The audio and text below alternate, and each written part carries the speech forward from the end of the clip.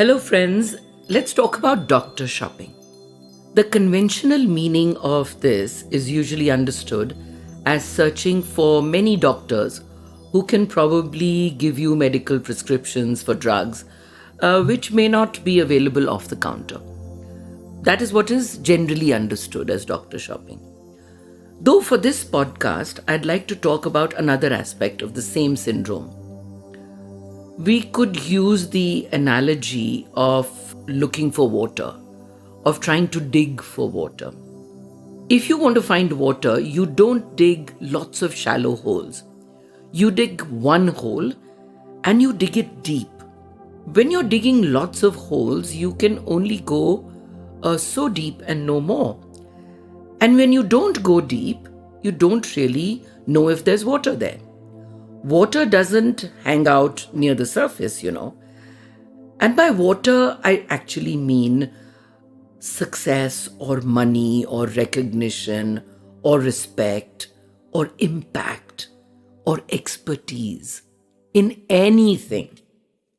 You've got to keep digging to see the results in anything. Now let's relate this to doctor shopping.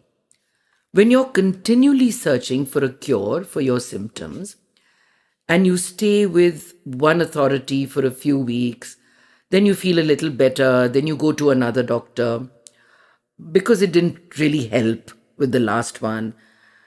And then you seek out another one and another one, just long enough to see if that's making a real difference. And this may go on for a long time. By now, you're probably disappointed and have no hope for any positive outcome. But you have no other option but to keep searching, you tell yourself. I have many clients who are experiencing the same thing. And the funny thing I find is that it never occurs to anyone that if a pill isn't working, maybe there's another course of action to take. Maybe a pill is not the answer. Possibly an alternative option may do the trick. Maybe a detox. Maybe if it's not physical, it could be emotional. You could think of that too. Some of my clients have been married as well. So let's look at relationships with the same doctor shopping concept. They've been married to, like 4 or 5 times maybe. And I find that they're married to a similar person every time. And the same events have happened. Maybe someone was lying to them or was cheating on them or just disappeared on them. They were really relationship shopping. They were looking for love as a physician. The love of another would alleviate their pain or their loneliness, they thought. So it's one relationship after another and another.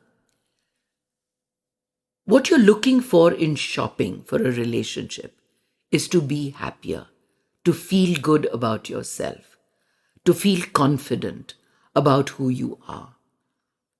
So here's the truth. A relationship will not change the way you feel about yourself. You won't fix your insecurities by getting a validation from someone else. It's a tale as old as time. And a bigger truth yet, we will all accept the love that we think we deserve, which means that we attract people based on how we feel about ourselves. No matter how much someone tells me that he or she loves me, I will not believe them if I think that I'm basically unlovable. Even if you do find someone wonderful, it won't change the way you feel about yourself.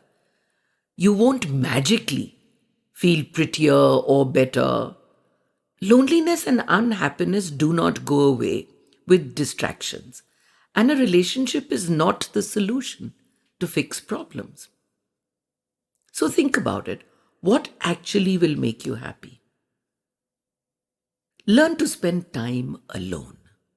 Value your time by yourself. This gives you time to introspect. It gives you a chance to look at what you've been avoiding. Maybe sadness or loneliness or a lack of value, maybe even a feeling of inadequacy. Yes, they're uncomfortable. It doesn't matter. Stay with the discomfort for a while and work on fixing these emotions at the root. I suggest you talk to somebody, talk to a counselor or a therapist, and seek help. Get to the root of the issue. This is seeking closure with a part of yourself that is yearning for that closure.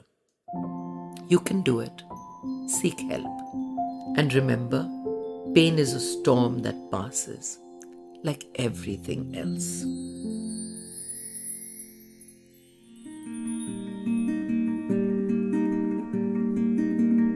That was this week's episode for the Cellular Alchemist podcast with spiritual psychologist Ritu Malhotra. Don't forget to follow the podcast on your listening app so that when the new episode drops, you do not miss out on the chance to change your life by changing your beliefs.